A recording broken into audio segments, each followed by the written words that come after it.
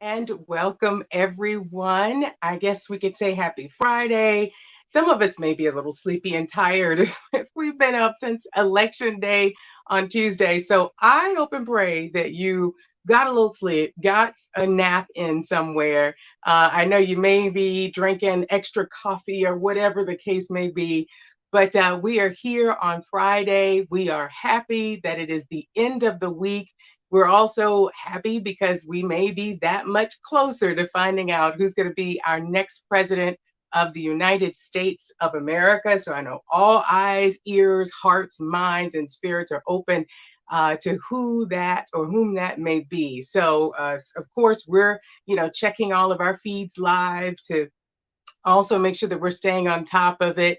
If you happen to find out before we do, as we're doing this broadcast, feel free to put it in the chat there. If you happen to know some inside things, or if you saw one of the news reports where it pushes up a vote, an electoral vote, or even a popular vote. So we want to hear from you. So please engage with us. Again, welcome. I am your host, Tia Brewer-Footman, also the founder of Community Faith Works, where we focus throughout the state of South Carolina, building the capacity of our pastors and faith leaders through the churches that reside in communities, many of our underserved communities in the state of South Carolina. And we are thankful to have that partnership and relationship with the pastors and churches. Our goal is to help make pastors future community economic developers and neighborhood revitalizers. So said a mouthful there, but Community Faith Works certainly is my heart, my passion. I thank God for all of the team that helped support it and all of our community partners. But you are here today for a very special live broadcast. This is our Community Counts 2020 CFW's special neighborhood wrap up. Yes, so we're wrapping up a whole series of, community engagement, voter engagement that we have been doing throughout the month of October, and wrapping it up on election night on Tuesday as we went live at one of the polling locations. Of course, we're going to talk about that in just a little bit, but we're so excited also because we have a variety of guests. I will say special guests, but they're more like family. These are some of our community faith work pastors and ministry leaders that have been boots literally on the ground. So you're going to hear from a couple of them here in just a bit. We're also thankful to have another member of our family and a friend of ours, the state director for Black Voters Matter. You'll hear from her in just a little bit. So we do have a really, really good broadcast. We got some good stuff, and we're going to get into some good trouble, as the late, great John Lewis said, good trouble. So here's the part that I have to say is one of my most favorite segments. It is our Faith Works moment. And I say this every week, but we certainly know this is praying time. And we, of course, need words of encouragement, words of empowerment, words of strength, and words of wisdom. And really, that sums up what our Faith Works moment ministry leader brings to the table and brings to every environment in which she shows up for. And that is none other than my dear friend and big sister, Lady Tondra Penn with Greater Refuge Temple Church of God in Christ in Columbia, South Carolina. I love her and Pastor Penn so much. Just saw you last night virtually. So it is so good to see you again. And thank you for our Faith Works moment. God bless you and blessings. My thought for you today is out of the book of Esther, the 4th chapter, the 13th and 14th verse, where Mordecai exhorted his daughter, in essence saying, baby girl, don't think just because you're in the palace right now that you will escape the plan the enemy has conjured up against your people. If you be quiet now, yes, the Lord will answer your prayer. He will answer prayer anyway, but you still won't get away scot-free. You won't know what will happen unless you try, Esther. Stand up on the front line and be counted. Many are depending on you to stand. Eventually, she did step up to the front line and say, well, Daddy, I'm going anyway. Pray for me. And if I perish, I perish. In comparison to our lives, I'm inspired by the bravery and obedience to face danger that Esther did. She moved to the front of the line among the queens of that day. She probably didn't realize that all of her life, God was working on his plan for her. Esther's story sounds kind of like a fairy tale, doesn't it? At that very moment, like our lives, reality hit hard. Wasn't just a beauty contest anymore, it was a life test. Listen, you were born for these times. Don't let these times conquer you, push you in a corner, and make you be still. So you found yourself struggling sometimes in your mind under the weight of these times, as we all have been. Be encouraged and take courage. It's time to rise now and stand on the front line. Whatever your circumstances, this is your, for such a time as this moment, right now, right here. Trust God to guide you and say yes to his plan and whatever he's telling you to do. When you do, you will discover that even in the midst of depression and anxiety, your grief and hardships, and everything in between, in spite of it all, God does still have a plan. God is calling us, people of God, to the front line. We may not understand the moving of God, the whys or the hows, but I know God has a plan. Esther was born with this mandate on her life. Yes, she needed encouragement along the way, and to be convinced of the severity of their present situation. That was her time. Now, this is ours. What you gonna do? Will you flake out at the last minute or will you stand? We all face doubts and fears, but I want you to always remember that God, he has a plan. God bless you and love you.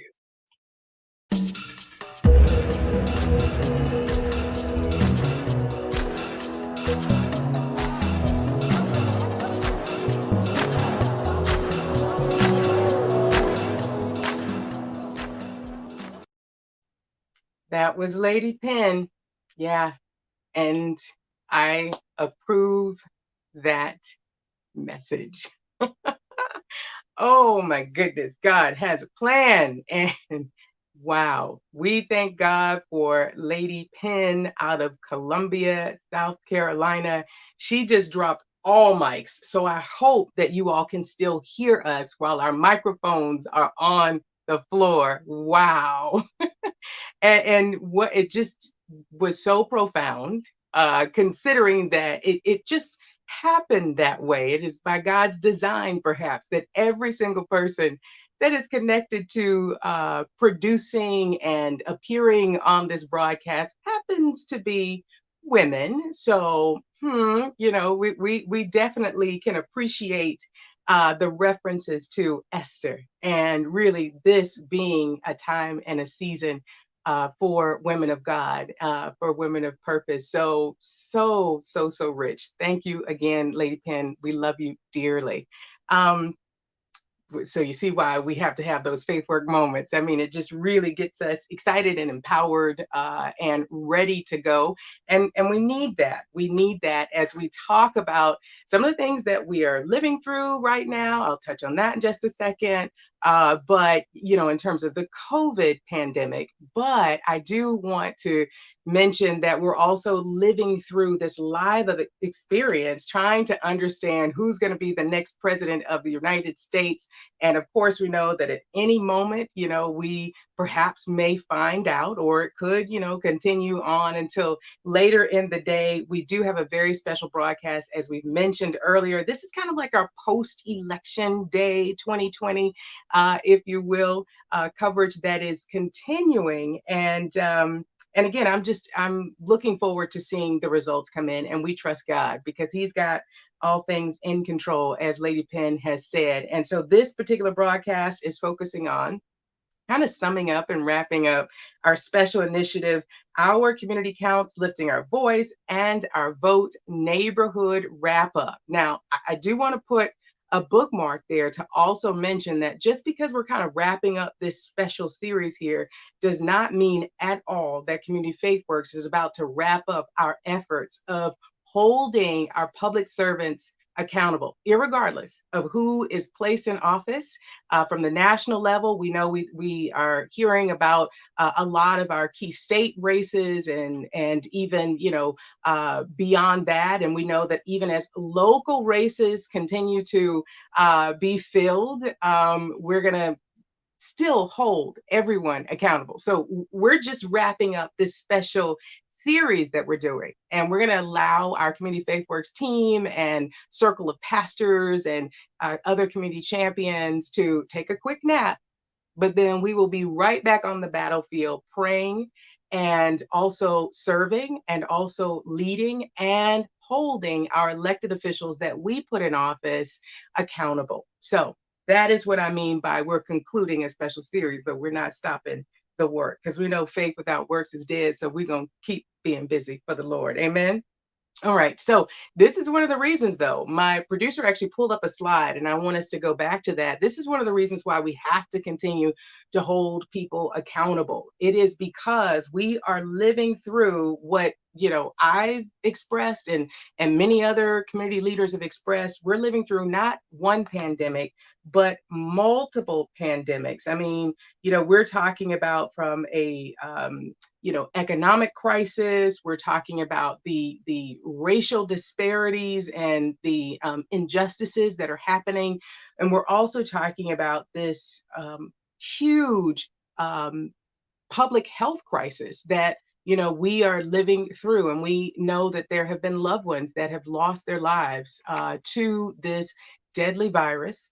As we look at the numbers there, we're looking at over 182,000 cases right here at home in South Carolina, and over 3,900 deaths. And, one case is one case too many, let alone 3,900 deaths. It's just hard to even fathom. And so that's the reason why we have to continue to hold our leadership accountable.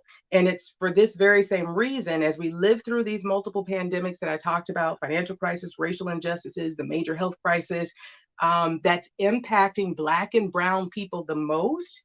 This is why Community Faith Works still wanted to make sure that our underserved neighborhoods throughout the state of South Carolina were able to safely exercise their right to vote, and considering how much is at stake for our communities of color. This is why, again, we created this special campaign, which is called Our Community Counts, Lifting Our Voice and Our Vote initiative. And this is to ensure that we can encourage as many people as possible to get to the polls safely. We can actually show that slide full screen so that people can see some of those beautiful faces. Some you may know, some you may not be as familiar with, but this is some of our team that has canvassed different parts of the state, as we are partnering with our faith-based leaders, our pastors and churches throughout South Carolina, to assist as many residents as possible to vote safe, to vote smart, and to vote early.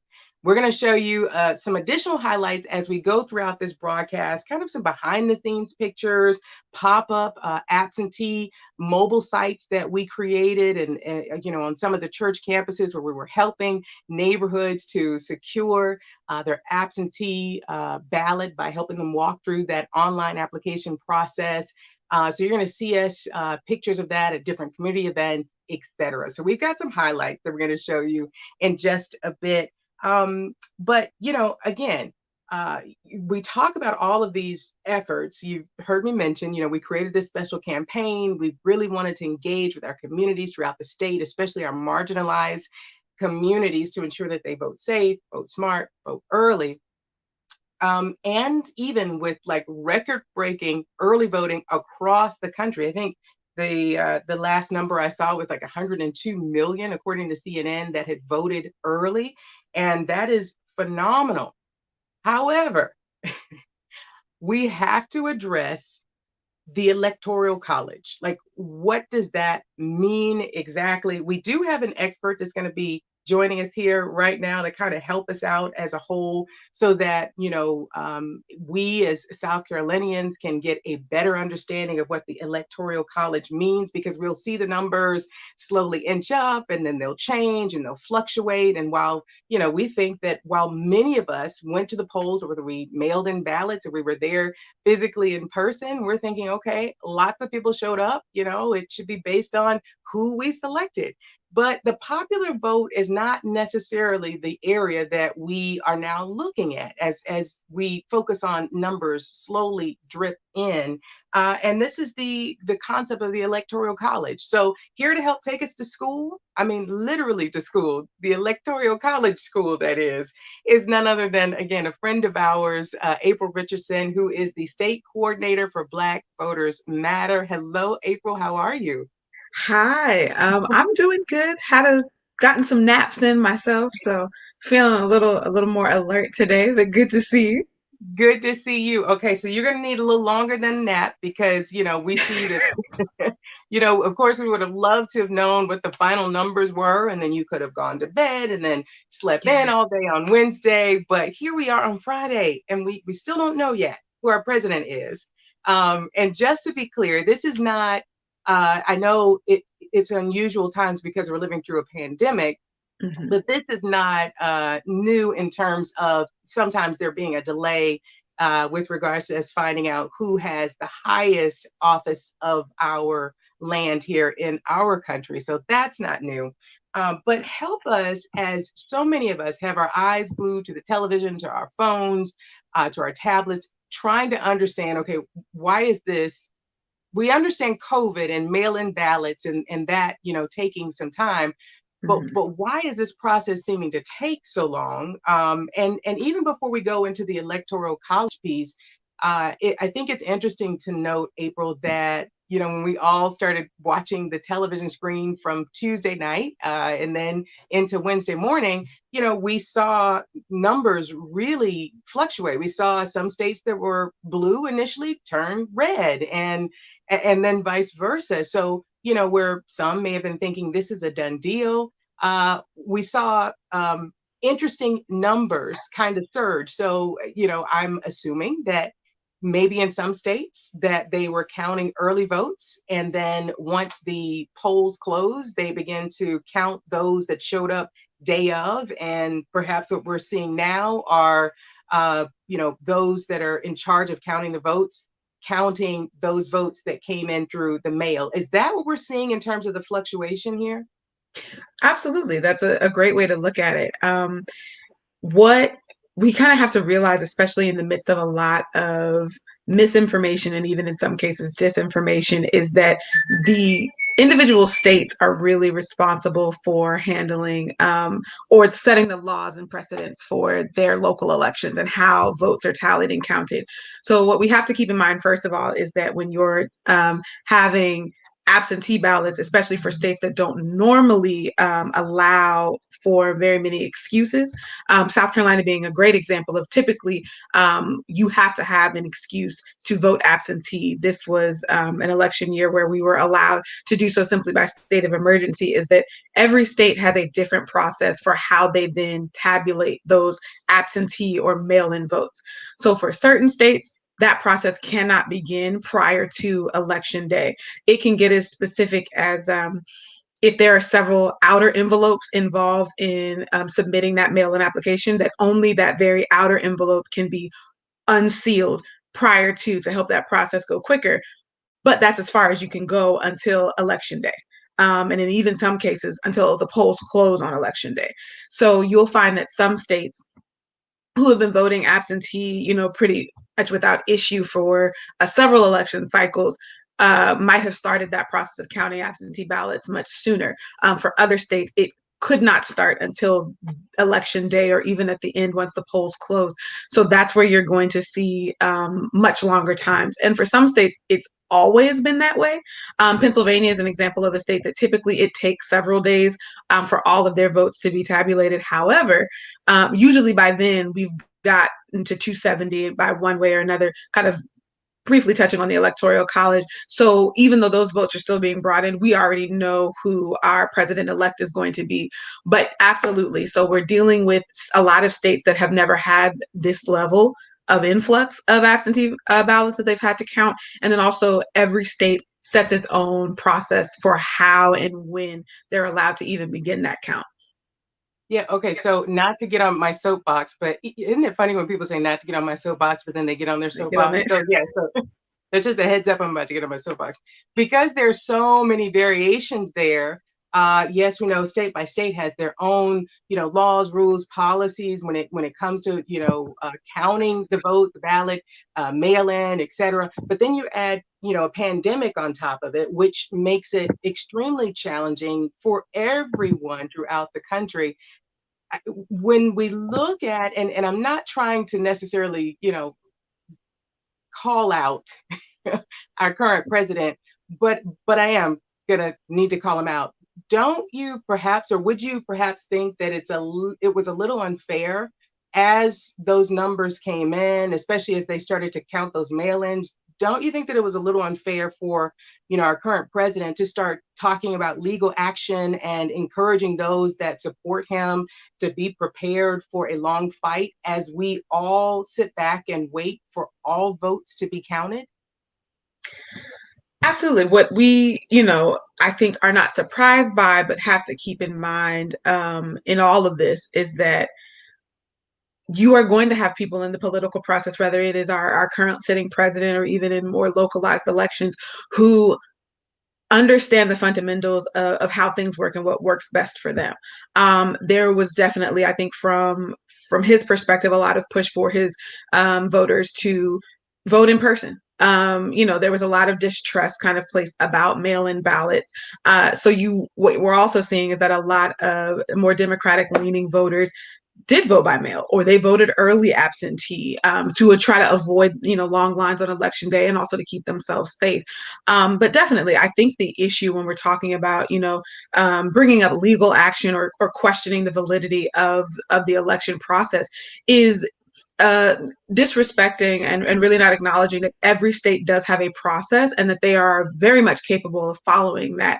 That we have never seen high levels of voter fraud. It's certainly not at a point that would actually change the outcome of an election. There are no records. There's been, FBI investigations, studies have been done. We've never seen, astronomical levels or really any notable levels of voter fraud to insinuate that there was any need to be concerned. But also recognizing that this is a new process for a lot of states at this magnitude, so it was going to take time, but that you're essentially disenfranchising those voters that did choose to mail in their votes or vote absentee by insinuating that we should now stop counting. And if you dig into it deeper and acknowledge the fact that it was certain states where we wanted to stop counting because they were red and then they got pink and they're starting to look purple. Georgia being a prime example that is blue. They're still, finalizing that count, but that is a red state that is going to be blue when we call this at the end. And those are the states that you're filing these lawsuits in. It's strategic. And what I would, kind of shameless plug here is that it's why it's so critical that we begin educating ourselves on this process and about the tools of disinformation that are being used against our community so that we are better informed about how this process works. But yes, I mean, no matter, what your political leanings are or your beliefs are, whoever is sitting in that office should have the best interest of every voter in mind and not just what's going to benefit them. Oh yeah, and you certainly are, jumping ahead into one of the other questions that I am definitely going to ask you about the importance of, partnering together and working together in our community. But I do want to now transition into the understanding of the Electoral College. I mean, because, you've got so many people that said it was a record-breaking turnout. We all went to the polls. Why are we now having to watch the electoral vote slowly trickle in? If you can share with us the importance of that so that everyone has a better understanding. Absolutely. So the kind of overall thing to understand about the Electoral College is that it essentially was a compromise that was written into our Constitution between simply counting popular votes and letting Congress decide who was going to be president. So the formation of the Electoral College was really kind of a combination of those two things. You pointed out earlier, but popular vote is not what decides the election or decides who's president. And popular vote simply means if we were to literally just count every individual person's vote, add them up and see who wins, that would be a decision made based on popular vote. Most of our local and state elections function in that manner. Whoever gets the most votes is just who wins.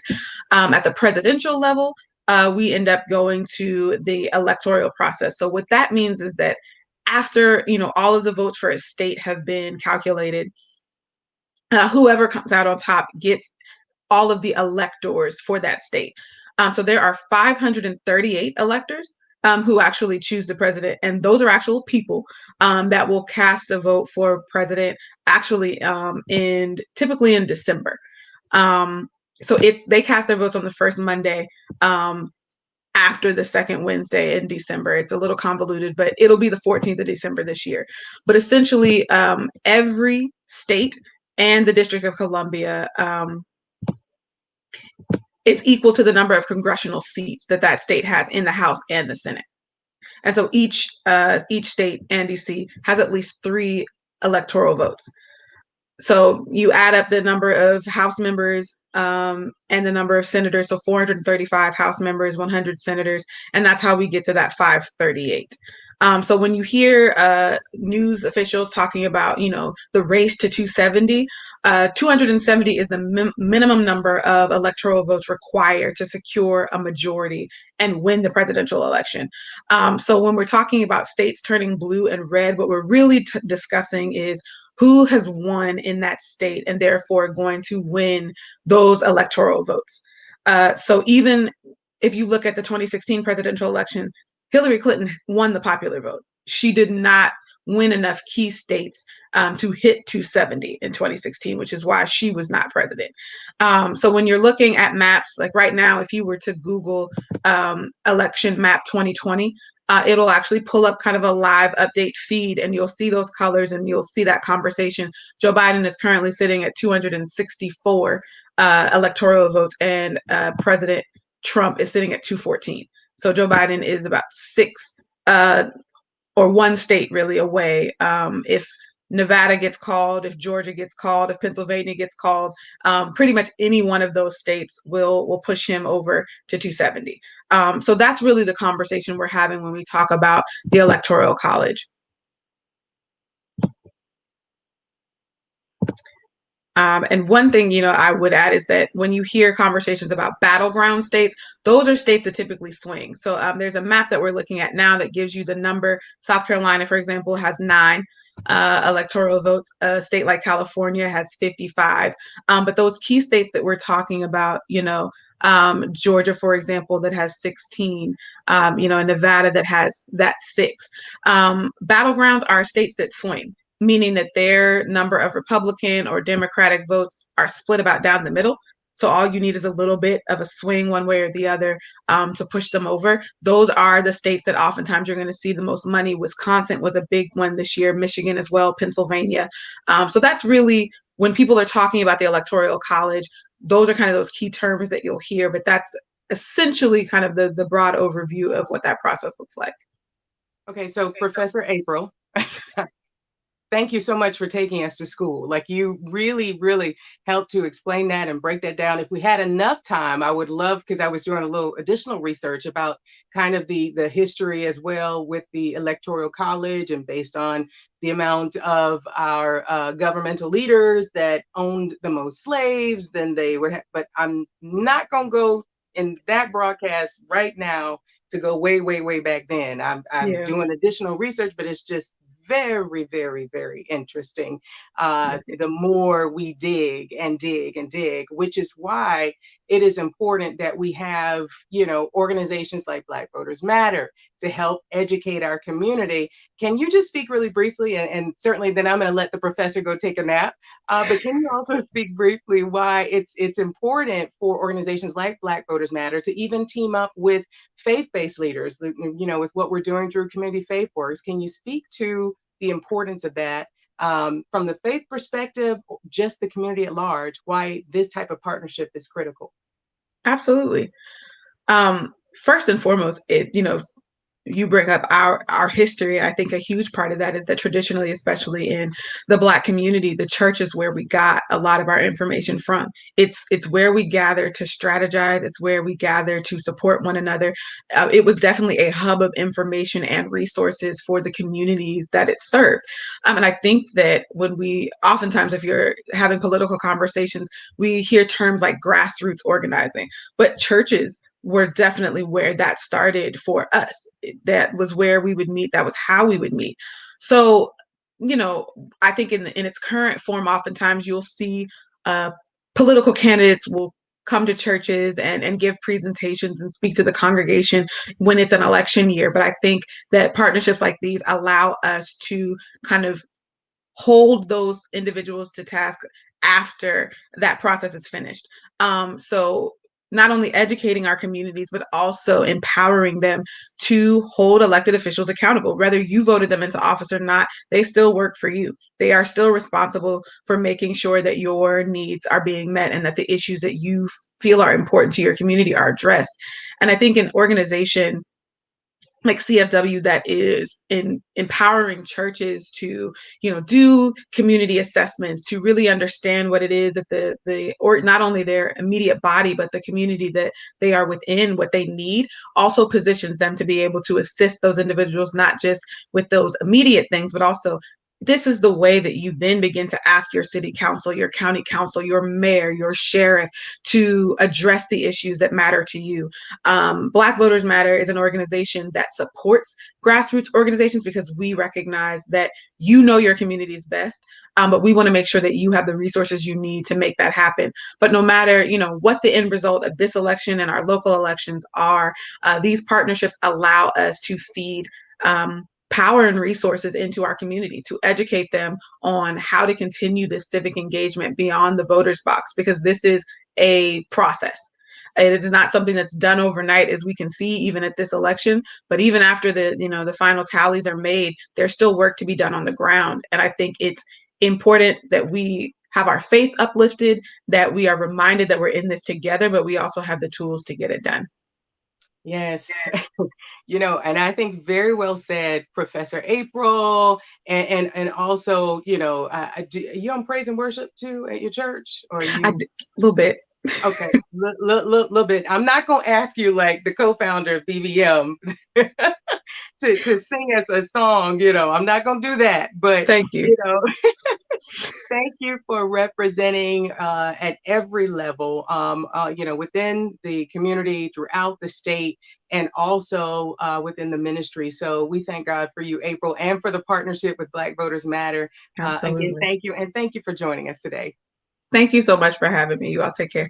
Okay. And we wanted to take a moment too to show you a couple of behind the scenes pictures. You saw some of these come up as Professor April was walking us through and taking us to school. These are just some of the pictures from behind the scenes of our community counts, where we were focusing on lifting our voice and our vote in 2020 and really beyond. And as we continue to look at some of the other pictures, we've got media personalities that came out and covered it. So we thank God for Channel 5, Channel 4, Channel 2, our radio partners with WJNI 106.3 FM. That's also the lovely Latasha there in the background, one of the co-founders of Black Voters Matter. We also have April.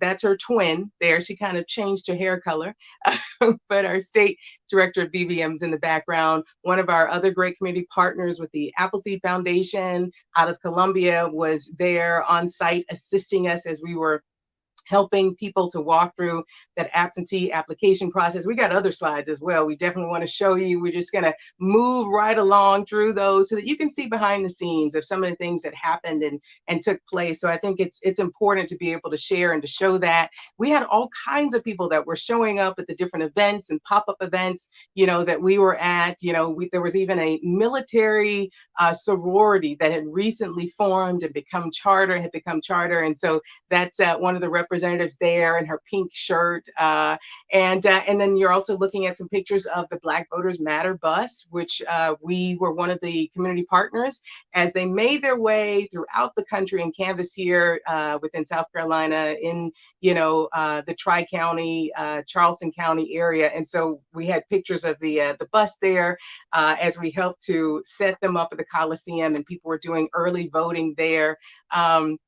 And so the list goes on. And then as we continue on, we've got some other pictures we can bring up full screen to show you as we continue to move along here, to just show you behind the scenes, because I think it's important that you find out and know the various people that help to support the efforts and the things that we're doing. Here you see some other great leaders. You may remember this face here. She has sunglasses on in this picture, but the lovely Lady Penn and her husband, Pastor Penn, in Columbia, South Carolina, great friends of ours. You see them with their I voted sticker on. They were doing their civic duty of casting their vote and encouraging others to do the same. You see up there also, there's some orange cones and a blue tent. There's some, flu shots and COVID testing that was going on in one of our other community faith work churches, along with Pastor Penn and his wife's church. But the Paisleys in Columbia were hosting a number of community events. And so we took advantage of those opportunities where people would be coming out to also encourage them to vote early, to vote smart, to vote safe. And that's one of the reasons why, because, we know that, COVID is still here, and you've got the flu season that is upon us. You also see a picture below of these masked people that you almost can't tell who it is, but as my husband and I representing for our church, our local church, Trinity, in Berkeley County, Moncks Corner, and that's also a representative from Dominion Energy. We were at another pop-up event that we did in collaboration with a neighboring church, Greater St. James AME, and we were able to partner with Palmetto Community Action Partners, and we were covering rent and utility bills, providing assistance there. And every pop-up event that we would go to, it was important to make sure that we were encouraging people to exercise their right to vote, and especially our communities of color who have been hit the hardest. And in fact, I'm not sure, Joy will have to let me know, our producer, if we have any more pictures behind that before we go into our guest here. I'm not sure if we do or not. I can't really remember right off. But, we were also at one of our community faith work church sites as we were on election night. But here are some pictures right here of our pastor Larabo and his lovely wife Celeste with the Net Church. They were having big community events. You can see the American Red Cross van outside, and you see there's the blood drive inside, a safe blood drive inside. And as they were hosting that, as they were hosting food distributions and collaborative community events, also with another Community Faith Works church, Pastor Aiken and his lovely wife, Lady Aiken, as our Community Faith Work churches were hosting these community events, we, and on many occasions, Black Voters Matter would join us at these different sites. So, we wanted to continue to highlight our pastors and our churches and what they're doing in the neighborhood. And we want to celebrate and honor how they are continuing to go beyond the walls of the church. We may have another slide in there that shows us on election night, Tuesday, November 3rd. Actually, yeah, okay, there we go. We have some more pictures there. This is actually we hosted a virtual event, a virtual training and town hall where we had dozens of pastors, on screen that joined us virtually, not just in the state of South Carolina. We had others that were ministry leaders that were joining us out of Atlanta, Georgia, Las Vegas, Nevada, and the list goes on. We were just overwhelmed with the amount of support, but we did an all day or a couple of hours worth of training and things like that. And we thank God also for Truist, one of our great community partners that helped to support us so that we could help do this work in the community. But we were doing a training, we were getting them ready for the Our Community Counts kickoff, if you will. And it was so great. And we also had BVM as a part of it. And you see the picture on the left here with this lovely lady. That's our Auntie Bev. She kind of holds things together. So you see that picture of her. I want to give a shout out to Beverly Jefferson.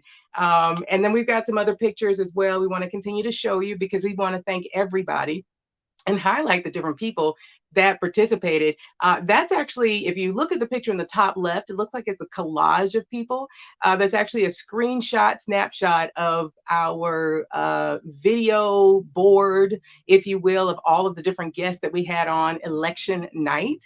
So we had some of our neighborhood street teamers that were on the ground providing us reports and insight from various polling sites in South Carolina. We also had our Faith Works moment. We thank God for Lady Baxter, and also our producer Joy in the top left hand. She doesn't like to come on camera, so we had to sneak this slide in. And and then you see my lovely co-host under the blue tent there, who's just always got my back and was helping to set some things up. We also were able to provide, you see there's some lunch boxes there, some Chick-fil-A, but we had additional comfort care with snacks and bottled water that we were able to provide to those that stood in the lines. And that actual location where you see the blue tent, we were actually live on scene, on location at another one of our community faith work churches. That is also it was also an actual polling site. And this was the Azalea Drive Church of Christ in North Charleston under the wonderful leadership of Pastor Antoine Brown. So he was actually a polling site and also one of our community faith work churches. And so we wanted to be live there and do some of our interviews. And we had some guest appearances. We had some elected officials that kind of, joined in. They crashed the party. We loved it. We had some other, one of my former media colleagues from Channel 4, the great Nina Sossaman, was also on hand on election night. So it was just a really great experience. And we were able to go to the different polling sites live to see what was happening in that moment. So very appreciative of our neighborhood street teamers that were holding it down. Now, as you can see, we talk about it takes a village to raise a child. It takes all of the community to really make an impact and to make a difference. And one of our, I guess you could say, MVPs are our community faith work partners, our churches, our pastors. And we thank God for their leadership. One of my dear friends who's been standing by so patiently is Apostle Marthena Ashley. And hopefully we've got her. There she is. I know we had some internet connection, technical challenges, but we believe God. We're going to get through this interview here. Apostle Ashley, representing as the pastor and founder of For Your Glory International Ministries in Summerville, South Carolina. And we actually have pictures. Hello, Apostle Ashley. God bless you. Hello. God bless you. We actually have a picture of you on location somewhere. Can you share with us what we actually are looking at right here with you standing near and in front of your van? Tell us what this was about. Okay. God bless you. Thank you, Lady Tia. I was actually at the Coliseum, and we're a part of the 10-10 that we were doing. And I just thank God for the opportunity, because people want to know, when you're carrying them and transporting them, they want to know that you really care. They don't care what you say. They want to see what you do. And to see that type of love was just activated. It was a component of what For Your Glory International love doing, getting out in the community, letting our voice be heard. So many people die so we could vote. So I was just blessing the Lord to be a part of it. So I wanted to drive. I wanted to be that servant. I wanted to serve the people and to let them know how much we really care and how much we really love them. I depend on the Lord, and whatever you do, He will make your plans successful. And we just thank God that community faith work gave us that opportunity and that component to further our vision with the team. So thank you. God bless you. Now, Apostle Ashley, I mean, first off, I know that you are a global international leader and you travel all over the world, but you still make sure you take care of home.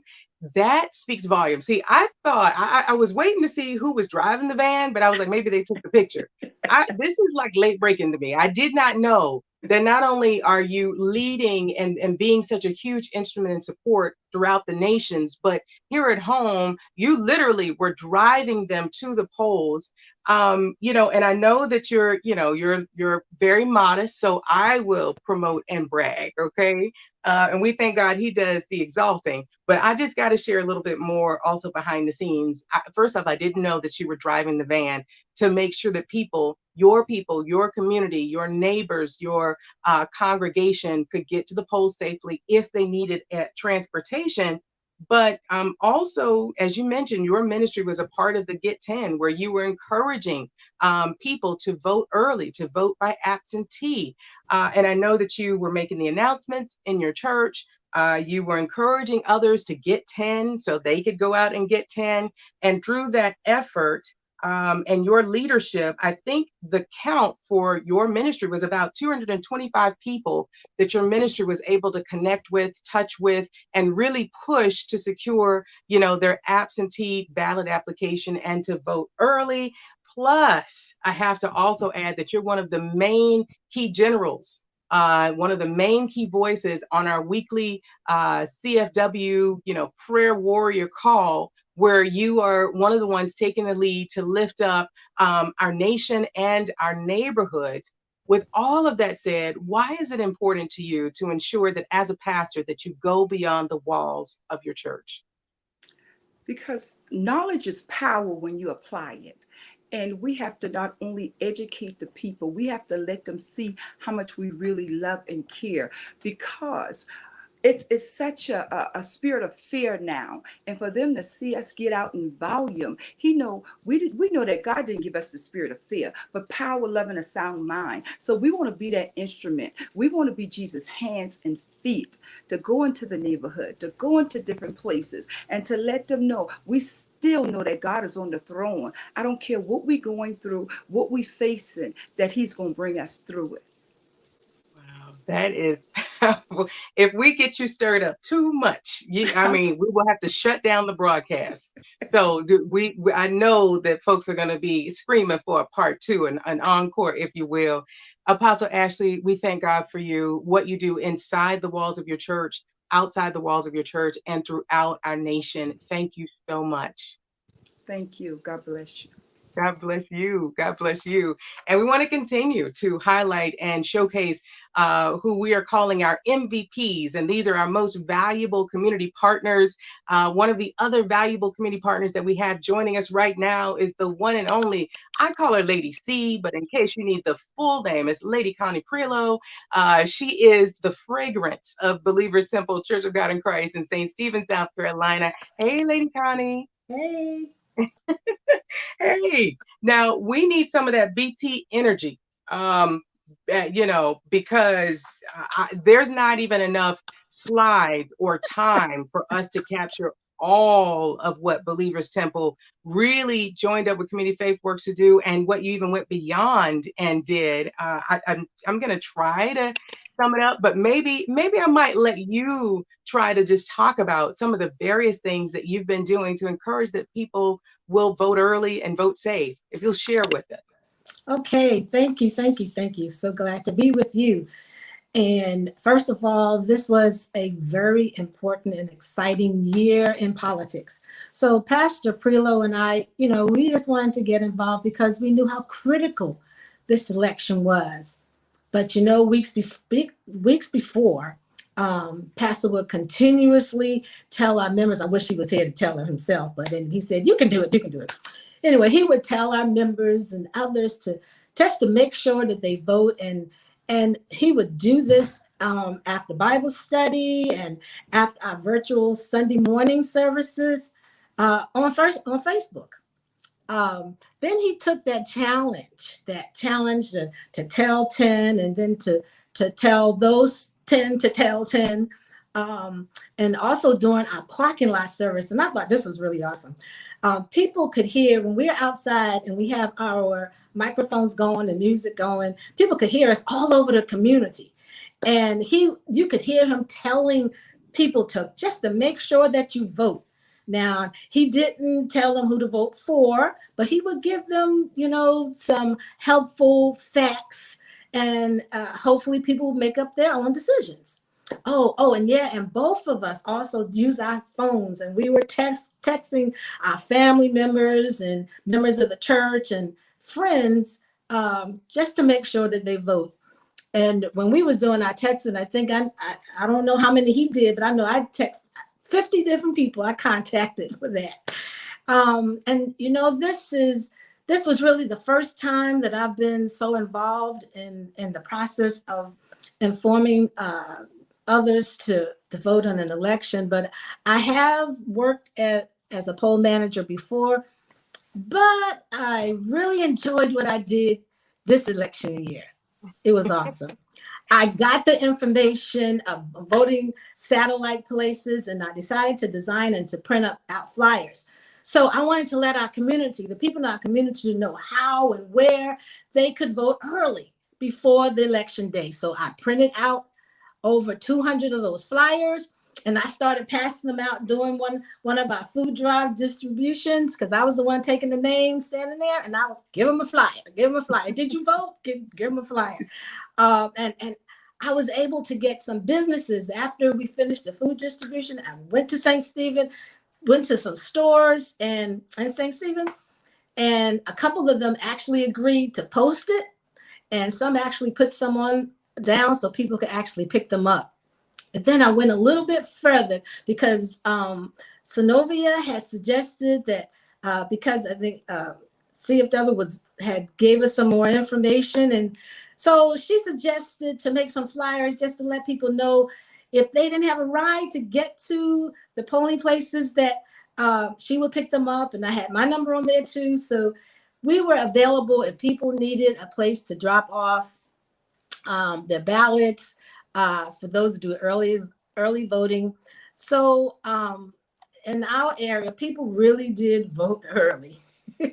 So and just to show you, look at the flyers. Yes, I'm excited. My flyers. I even had a little bus. I had a little car there to show We the saw, people. right, Yes.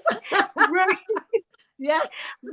We saw that, and I love your energy, Lady Connie. I mean, it is contagious, and that's the type of spreading we need, not COVID. We need that type of community engagement and positivity that is spread throughout our community. And I don't know, Esther. I mean, I'm not trying to prophesy or anything by no means. I'm gonna stay in my lane, but I'm just saying that I know that you've got the nonprofit organization, and you've got those within Believers Temple that are going to be behind the scenes helping to run some of the programs. I think you may be stepping into another part of your calling as really being that community face, because Pastor Johnny Prillo has such a huge amount of responsibility leading the congregation, leading and pastoring, the sheep, and then also on a district level. And he's got some other elevations that's happened in terms of really looking out for other superintendents, in South Carolina within ministry. So he has a lot of responsibility. But then you also, we partner together. You have your nonprofit organization. I'm just saying, with that type of energy and positive energy, the type of energy that'll get you in good trouble. I'm just saying that, it would probably be a good idea to have Lady Connie to step over into that space, because it's going to take that type of passion and commitment and zeal to get the job and the work done for our communities. And you're in a very rural, underserved area. And so we need representation like that. So, like I said, with Lady Penn and then Lady Baxter the other day, I approve this That's message our right picture here. right there. That was the cross Right? passing out the water and the face mask.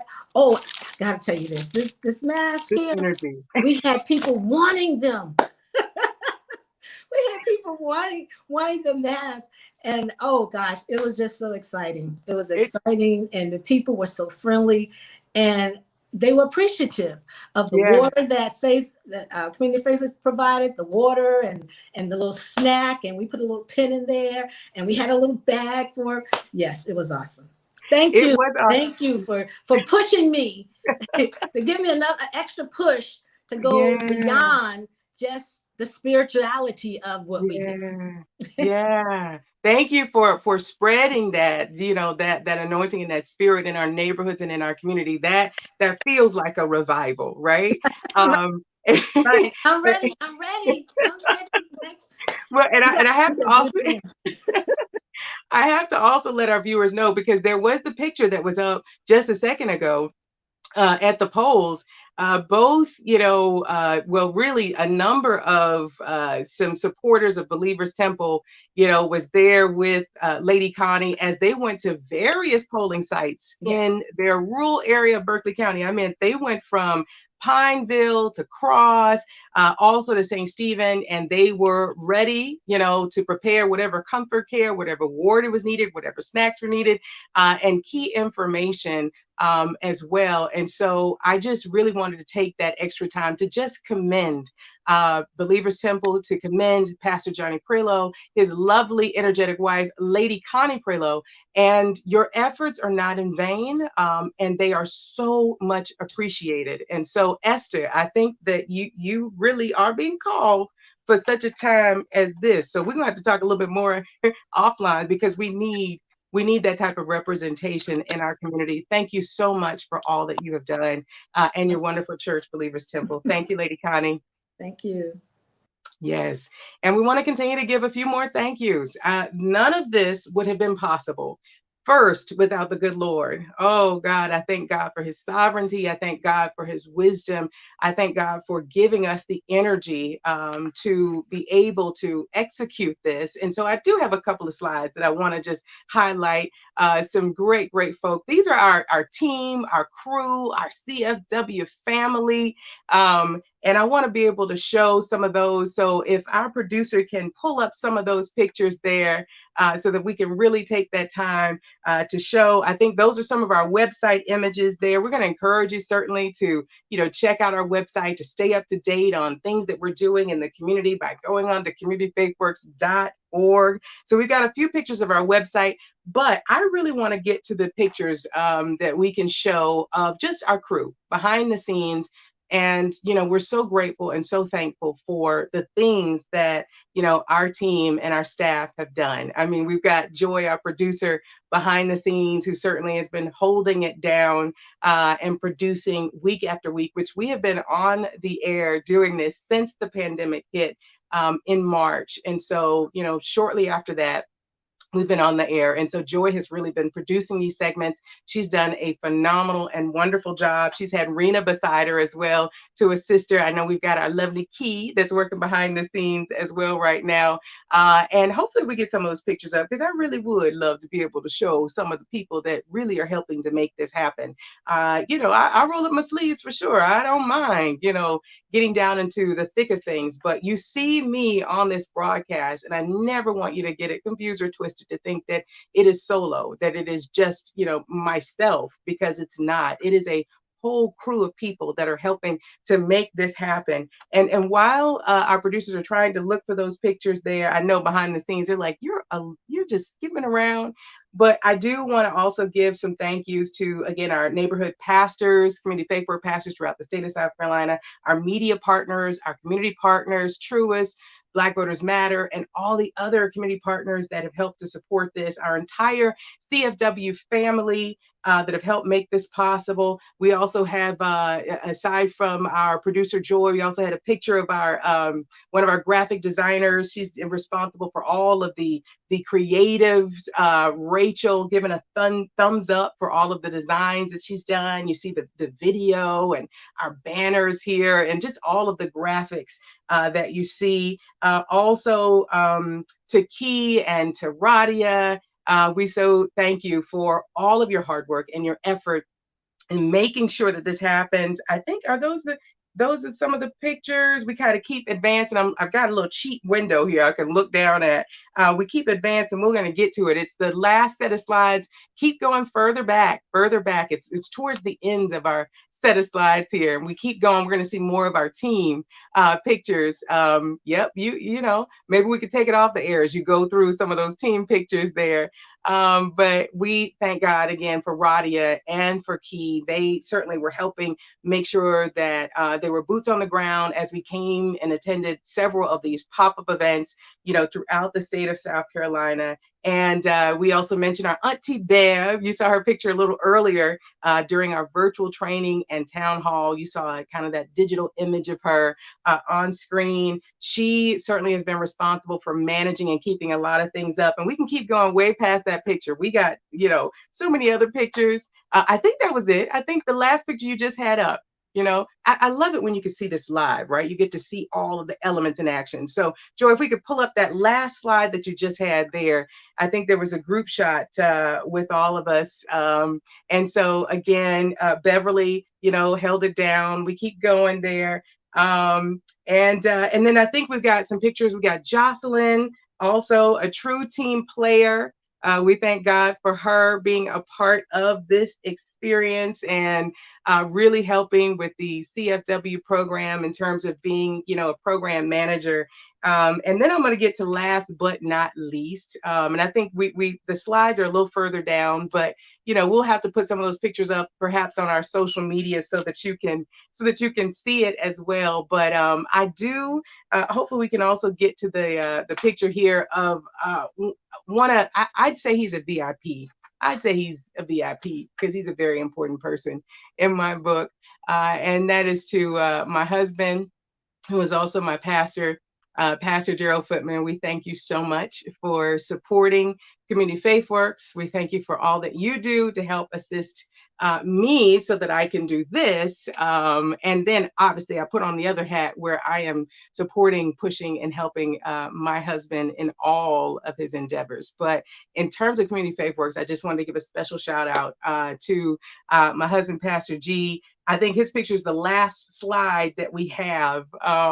But again, thank you so much for being my rock and my support always, Pastor G, Gerald Footman, and to our entire crew. We thank you again for just supporting, and we thank you for tuning in and watching. So we will continue to do, broadcasts, and for you to learn when and what we're working on. You can always log on to our website at communityfaithworks.org to be able to learn more. We thank you so much.